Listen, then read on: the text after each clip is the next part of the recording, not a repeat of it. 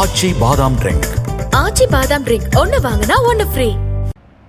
உதகையில் நடைபெறும் பல்கலைக்கழக துணைவேந்தர்கள் மாநாட்டில் பங்கேற்பதற்காக குடியரசு துணைத் தலைவர் ஜெகதீப் தன்கர் வரவுள்ள நிலையில் ஹெலிகாப்டர் ஒத்திகை நிகழ்ச்சி நடைபெற்றது.